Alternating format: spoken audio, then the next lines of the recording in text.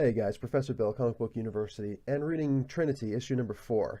Now, we already had Batman, and before that, Superman's issue. We had the Come Together issue. Issue number 4 of Trinity is Wonder Woman's issue. I don't feel it came off as good as it should have, especially with everything that we had before. But, now that they know that there's something wrong, now that everybody knows exactly what's going on, that Poison Ivy actually has them trapped inside that barn. They're really trying to play catch up to figure out what is going on. Anyway, Wonder Woman goes to Themyscira with her two male cronies, and they have to fight in order to maintain the right to stay on Themyscira. Well, they win these trials as opposed to just speaking the truth. Whatever. Sometimes there's a little bit too much of a warrior society in a warrior society. But regardless, Superman and Batman earn the right to stay in the Dark Quarters. Now, that basically means they get to go down and die. They get to go to heaven or hell, basically. That's the way that it works. Wonder Woman decides to join them because that would be really messed up if she didn't.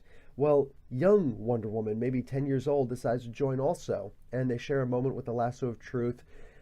Batman kind of gets the chance to do a analysis of the language of Themyscira, and he realizes that it's not true Themyscirian that's being spoken. So they both get the idea, because of the lasso of truth, that she's not real, that none of this is real, and Wonder Woman, Superman, and Batman are the only real things in this dreamscape kind of world. So they get swallowed by this big snake that brings them someplace. They don't go the whole way. They cut their way out and fight through other snakes. I guess they couldn't split a Wonder Woman section of this Trinity comic into two sections, since they didn't do it for the Batman and Superman issues, but nonetheless, I think that they could have. This comic felt very rushed at the end, especially. Very rushed.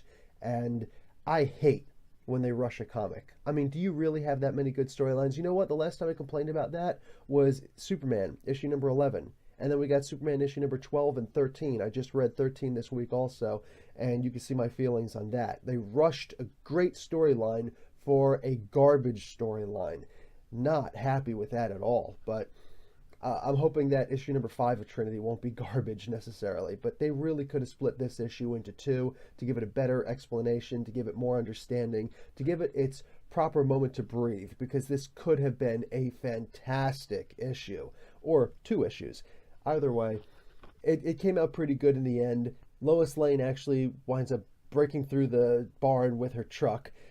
Poison Ivy pushes John out of the way. I guess his invulnerability isn't as strong as it could be at this particular moment in time, because Lois is even scared, like, oh my god, I could have hit John.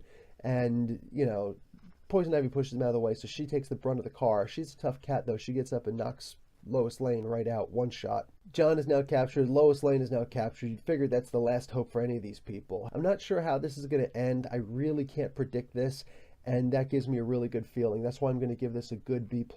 This wasn't the greatest comic. This is definitely the worst of the 4 Trinity comics that are out, because I do feel that they rushed it, but I love the idea that I don't know what's going to happen next. I really can't put my finger on any kind of a prediction how they're going to get out of this. It really seems like it's inescapable.